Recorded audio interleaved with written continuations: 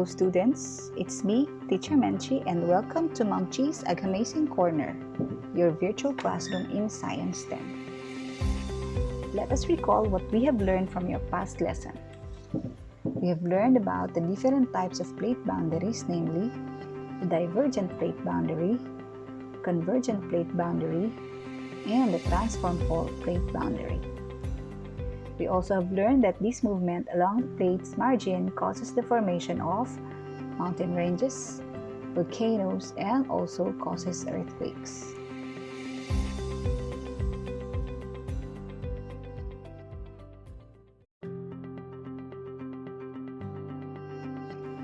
But what other geologic activities that may be formed in the different plate boundaries?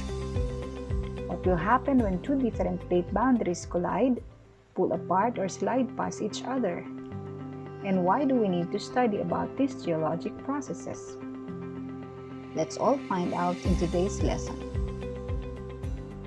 Lesson 1. Processes that occur along the plate boundaries. Remember that there are two types of crust, the continental crust and the oceanic crust. The oceanic crust is thinner but denser, and the continental crust is thicker but less dense. Always remember this idea about the crust because it will help us understand the geologic processes occurring along the different types of plate boundaries. Convergent plate boundary. The geologic processes that will be formed along this type of plate boundary depends on the material that the colliding plates have. We have the convergence of oceanic to continental plates, oceanic to oceanic plate, and continental to continental plate. Let's look closely at these following crustal activities. Oceanic, continental, convergent plate boundaries. Look at the figure. It shows the convergence between an oceanic crustal plate and a continental crustal plate. As these two plates collide, the leading edge of the oceanic crustal plate bends towards the mantle because it is denser than the continental plate. The bending of the denser plate towards the mantle is called subduction. Now, since the mantle is hotter than the crust, the leading edge melts and becomes magma. Also, since this is taking place under the ocean, water is added to the magma, causing it to become less dense. This allows the magma to rise, and upon reaching the edge of the continental crustal plate, a volcanic arc is formed. The continuous grinding of the crusts against each other will cause the occurrence of earthquakes. Another important geologic feature formed in the oceanic crust is a trench, which is also known as a submarine valley. Oceanic convergent plate boundaries. Another type of convergent plate boundary involves the sinking of an oceanic crustal plate into another oceanic lithosphere.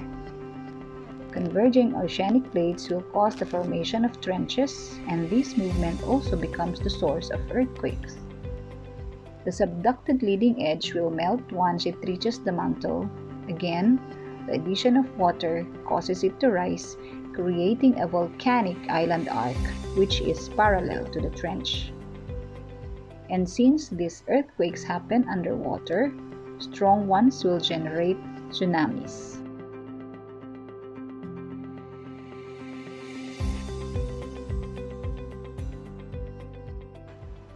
Continental convergent plate boundaries. When two continental plates collide, a collision zone is formed. Unlike in the first two types of convergent movement, there is no subduction since they have the same density. And since there is no subduction, no trenches, no volcanoes, and no island arcs are formed, but instead, a large group of tall mountains called mountain ranges are formed. An example of this is our own Sierra Madre mountain range, which stretches from Cagayan Valley to the province of Quezon. Aside from mountain ranges, continental movement is associated with shallow earthquakes. Part 2 of this video lesson will be continued in the next topic. Let us summarize today's discussion. There are three types of convergent plate boundary. Letter A, convergence of oceanic and continental plates. Letter B, convergence of oceanic and oceanic plates. And letter C, convergence of continental and continental plates.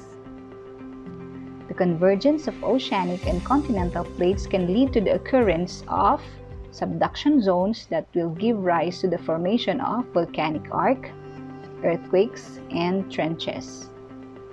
The convergence of two oceanic plates can also lead to the occurrence of subduction zones that will give rise to the formation of volcanic arc, earthquakes, and trenches. If one of the leading edge of the oceanic plate suddenly flicks upward, it can generate a tsunami or a harbor wave. The convergence of two continental plates is different from the other two types because there is no subduction zone, which means that only mountain ranges and shallow earthquakes are created. I hope you enjoyed our lesson today. See you again next week for another amazing lesson. Bye!